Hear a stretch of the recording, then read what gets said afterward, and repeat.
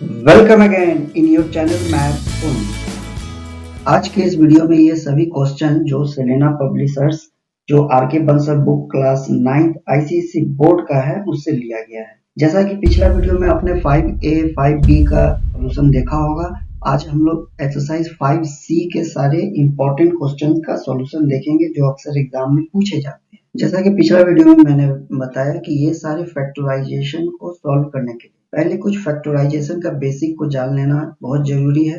इसके लिए रिक्वेस्ट है, हमारा ये पिछला वीडियो आप फैक्टराइजेशन के बारे में जो बेसिक कंसेप्ट है उसे बताया गया है, उसे पहले जरूर देख लें। चलिए सॉल्व करते हैं इस क्वेश्चन को, कैसे सॉल्व करना है, क्योंकि ये काफी इंपॉर्टेंट क्वेश्चन है।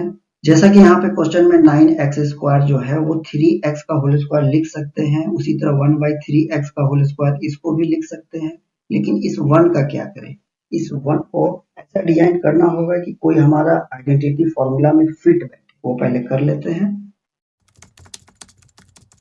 तो जैसा कि यहाँ पे देख रहे हैं कि ये 3x का होल स्क्वायर जो a जैसा दिख रहा है और 1/3x ये दूसरा डिजाइन है तो ये b जैसा, तो a square plus b square. हमें क्या चाहिए यहाँ पे 2ab होना चाहिए, यानी कि 2 और a के जगह ये वाला चीज और b के जगह ये, और ये सारी चीज अगर देखा जाए तो कट जाएगा।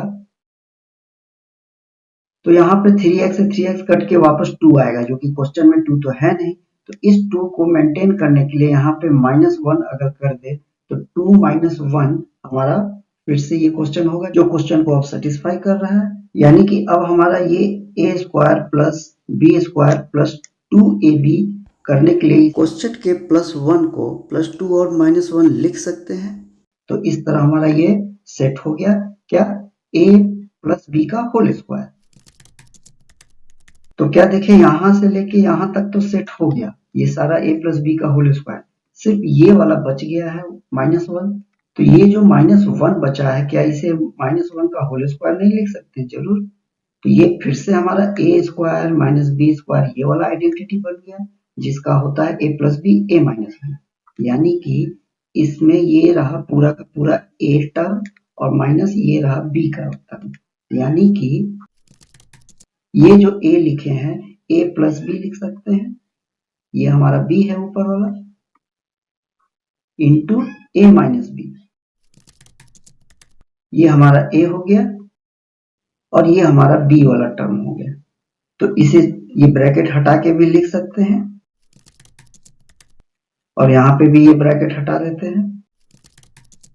तो इस तरह से इसका ये हमारा फैक्टराइज हो गया, जो कि इसका जो सॉल्यूशन है ये वाला, ये यहाँ दिख रहा है, इसमें ये पहला यहाँ पे ये दिख रहा है, जो कि ऑप्शन 1 दिख रहा है। क्वेश्चन नंबर फर्स्ट का ई ये पहला सॉल्व हुआ।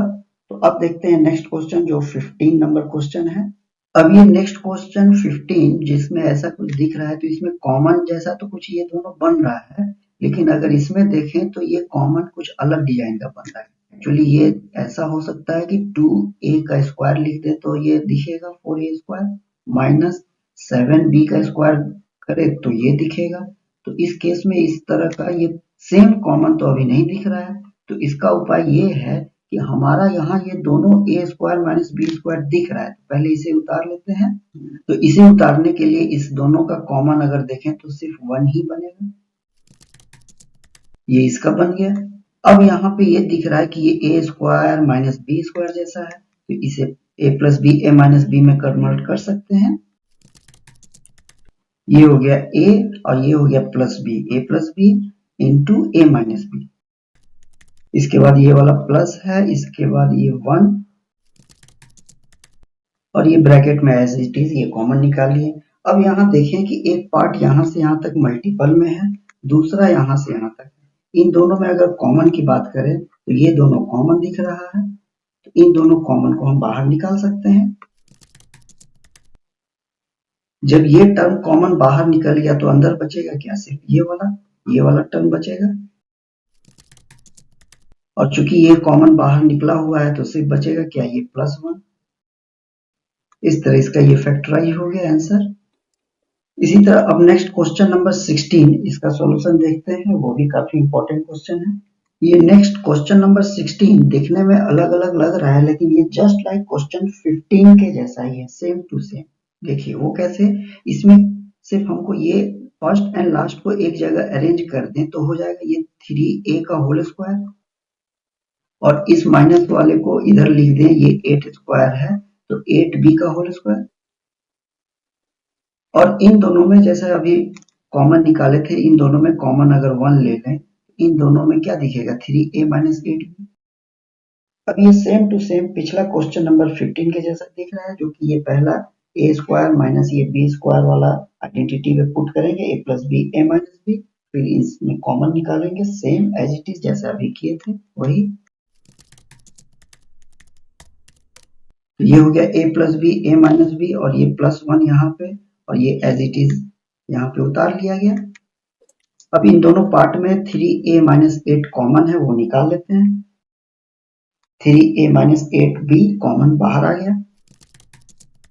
कॉमन बाहर निकालने से 3a प्लस 8b वो यहाँ पे लिखा गया, प्लस 1 आ गया, यही है आंसर। अब अगला नेक्स्ट क्वेश्चन नंबर 19 देखते हैं। ये क्वेश्चन नंबर 19 जो कुछ इस तरह से a square plus b square minus c square minus d square plus 2ab minus 2cd, तो इसमें साफ तौर पे दिख रहा है यहाँ पे a b और यहाँ पे a b ऐसा दिख रहा है, और यहाँ पे c d और यहाँ पे c d। तो इस तरह अलग अलग को एक सही जगह अरेंज कर लेते हैं पहले। तो a square plus b square 2ab को अरेंज करके जो ये c d और ये 2cd है, इसका माइनस अगर बाहर निकाल ले कॉमन, तो कुछ इस तरह लिखा जाएगा। माइनस निकालने से ये c वाला माइनस बाहर गया, और यहाँ पे प्लस रखना होगा क्योंकि प्लस माइनस माइनस आएगा, ये माइनस बनना चाहिए। उसी तरह यहाँ प्लस रखना होगा ताकि प्लस माइनस माइनस बनेगा। तो इस तरह से यहाँ साफ अब दिख रहा है कि ये a square plus b square plus 2ab ये आइडेंटिटी है a प्लस b का होल स्क्वायर। इस तरह ये जो आइडेंटिटी है सी डी, ये माइनस के साथ c प्लस डी का होल स्क्वायर।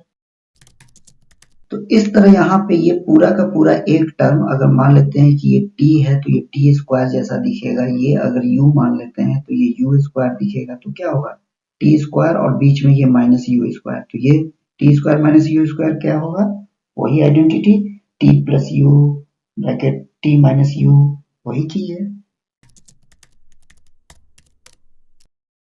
तो यहाँ पे ये a square minus b square वाली बात को यहाँ पर अगर पुट करें तो a प्लस बी होता है, तो यहाँ a वाला टर्म लंबा है और b वाला टर्म भी लंबा है, तो a प्लस बी जैसा हो गया।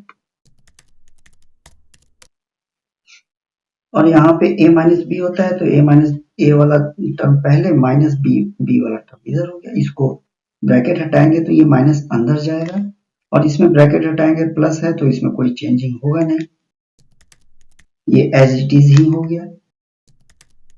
यहाँ पे माइनस सी, तो इस तरह से ये क्वेश्चन का ये फैक्टराइज यहाँ पे हो गया। अब नेक्स्ट क्वेश्चन नंबर 21 जो वो भी इंपॉर्टेंट ही है, वो देखते हैं। ये क्वेश्चन नंबर 21 जो कुछ इस तरह से दिया हुआ है, इसमें साफ तौर पे यहाँ तो दिख रहा है मल्टीपल, लेकिन यहाँ नहीं। ऐसे केस वाले क्वेश्चन में ज्यादा कुछ सोचना नहीं है, जैसा क्वेश्चन दिया है वही काम करेंगे, अगला पार्ट खुद समझ में आने लगेगा। जैसे यहाँ दिया है ये दोनों मल्टीपल में है, तो इसको सबसे पहले मल्टीपल कर लेते हैं। तो इन दोनों का मल्टीपल करने से ये a स्क्वायर b स्क्वायर ये दोनों का मल्टीपल से हुआ, फिर ये माइनस a स्क्वायर इसको इससे मल्टीपल करने से हुआ, ये माइनस b स्क्वायर जो है ये दोनों मल्टीपल से हुआ, प्लस 1 जो है माइनस 1 मल्टीपल माइनस 1, इस तरह से हो गया। अब बच गया ये प्लस 4ab। अब ये प्लस 4ab को चूंकि यहाँ पे a square minus b square है, तो अगर हमें यहाँ मिल जाए 2ab तो काम बन जाएगा। तो इस 4 को 2ab में अगर लिखेंगे तो 4 लिखने के लिए फिर से एक्स्ट्रा 2ab लिखना होगा।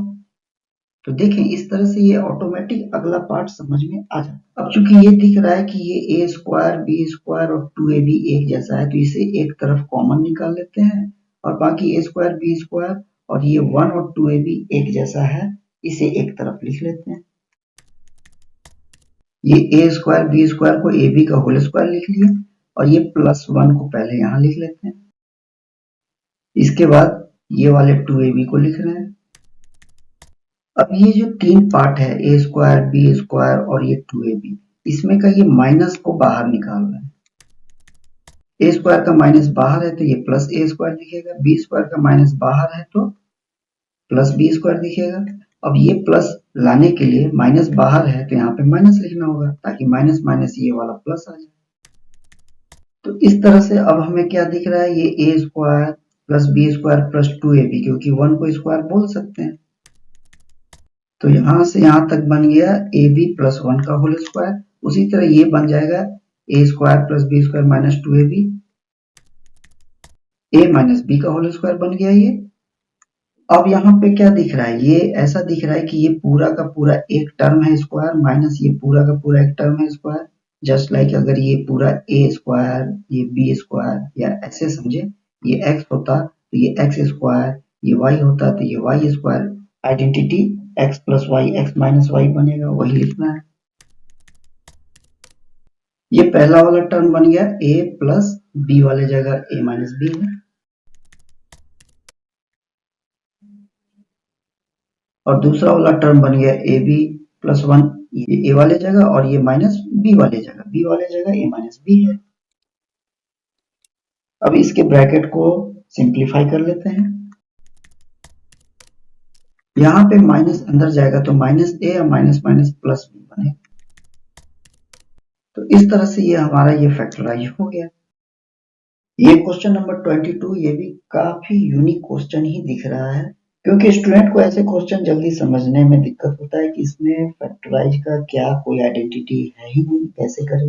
तो ऐसे सिचुएशन में जब भी ऐसा कुछ ना दिखे तो अपने से कुछ जोड़ के और उसको फिर हटा के कैलकुलेट करते हैं। तो यहाँ पे अगर देखा जाए तो ये जो x का पावर 4 है ये हमें ऐसा हो सकता है, यानी a वाले जगह ए स्क्वायर, तो ए स्क्वायर है तो यहाँ पे ऐसा है, तो ये 1 वाले को अगर स्क्वायर करेंगे तो ये बी स्क्वायर बन सकता है।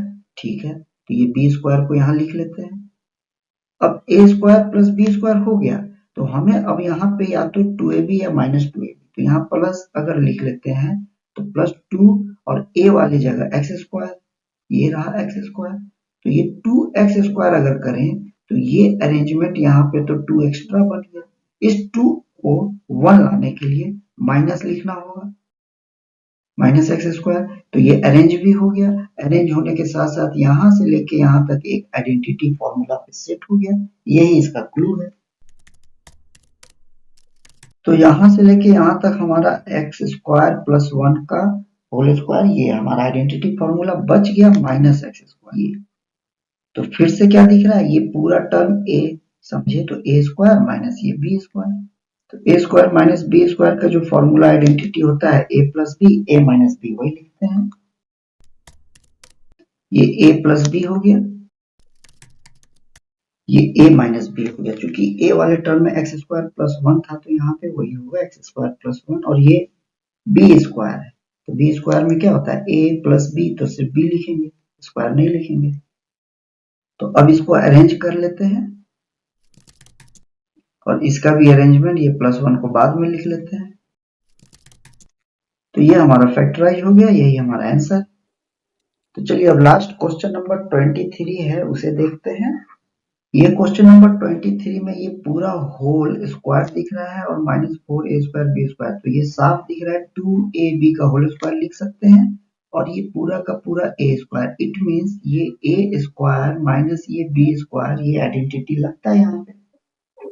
तो इस 4a स्क्वायर बी स्क्वायर को ऐसे लिख सकते हैं 2ab का होल स्क्वायर, इसे ऐसे लिख सकते हैं ताकि हमारा ये a वाला जो स्क्वायर है इसे यहाँ आसानी से समझ के लिख सके। तो ये पूरा पार्ट a है और सेकंड ये पार्ट b है, तो a प्लस बी पहले लिखना होगा। ये हो गया a प्लस बी, ये हो गया a माइनस बी। अब यहाँ पे अगर ये ब्रैकेट हटाएंगे तो दिख रहा है a square plus B square plus 2ab, it means ये जो तीनों है इस ये आइडेंटिटी का काम करेगा, a प्लस बी का होल स्क्वायर, ये यहाँ डायरेक्ट लिख लेते हैं, और बच जाएगा सिर्फ ये माइनस 4c स्क्वायर।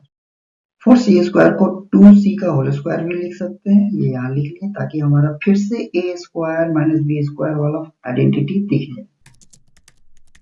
सिमिलरली यहाँ पे a square plus B square minus 2ab ऐसा दिख रहा है, तो ये हमारा a माइनस बी का होल स्क्वायर बनता है, और बच गया ये -4c का स्क्वायर, जिसे हम लोग 2c का होल स्क्वायर भी लिख सकते हैं, ताकि ये फिर से हमारा a square minus B square जैसा आइडेंटिटी पे काम करेगा। अब चूंकि यहाँ a square minus B square वाला आइडेंटिटी तोड़ना है तो a प्लस बी वाला लिखना होगा। ये हमारा a पार्ट है, मतलब a प्लस बी ये पहला पार्ट है, प्लस 2c ये दूसरा पार्ट, मतलब a प्लस बी हो गया। इसी का अभी a माइनस बी बाकी है, तो ये इसका a माइनस बी यहाँ पे हो गया, a वाला पार्ट ये है, माइनस बी वाला पार्ट। इसी तरह ये a और माइनस बी, इसका a plus B minus B लिखते हैं। एक टर्म में a माइनस बी लिख रहा है, ये a हो गया, a और उसके बाद ये लिखना होगा प्लस बी की जगह 2c है। उसी तरह a माइनस बी लिखना होगा, a वाला पार्ट a माइनस बी है और यहाँ माइनस b का पार्ट लिखना है, b का पार्ट में 2c। तो इस तरह ये हमारे ये 4 फैक्टराइज हो गए। इसे थोड़ा रीअरेंज कर लेते हैं ब्रैकेट हटा के, और ये वाला यहाँ लिखते हैं, ये a minus B minus 2c। तो ये लास्ट क्वेश्चन, इसका ये फैक्टराइज यही है। तो इस तरह एक्सरसाइज 5C के सारे इंपॉर्टेंट क्वेश्चन जो ज्यादातर एग्जाम में पूछे जाते हैं वो क्वेश्चन सेलेक्ट करके आपको यहाँ बताया गया है। तो आई होप अब इस चैप्टर का भी बाकी क्वेश्चन आप इजीली सॉल्व कर सकेंगे। तो वीडियो में यहाँ बने रहने के लिए मैनी थैंक्स, और रिक्वेस्ट है आप अपने फ्रेंड्स को ये वीडियो जरूर शेयर करें, उनको भी ये टफ और ट्रिकी क्वेश्चन समझने में थोड़ा आसान होगा, क्योंकि ये क्वेश्चन उनको भी हेल्प मिलेगा तो आपको भी थैंक्स जरूर बोलेंगे। और जाते जाते रिक्वेस्ट है आप प्लीज सब्सक्राइब जरूर करें। आपके सब्सक्राइब करने से हमें आपके लिए वीडियो बनाने का एक पॉजिटिव मोटिवेशन मिलता रहता है। तो रिक्वेस्ट है please subscribe, like and share to your friend. फिर मिलते हैं नेक्स्ट वीडियो में, जिसमें एक्सरसाइज 5D के कुछ इंपॉर्टेंट क्वेश्चन उसका सॉल्यूशन है, उसे भी आप जरूर देखें। तो फिर जल्द मिलते हैं, टिल देन थैंक यू।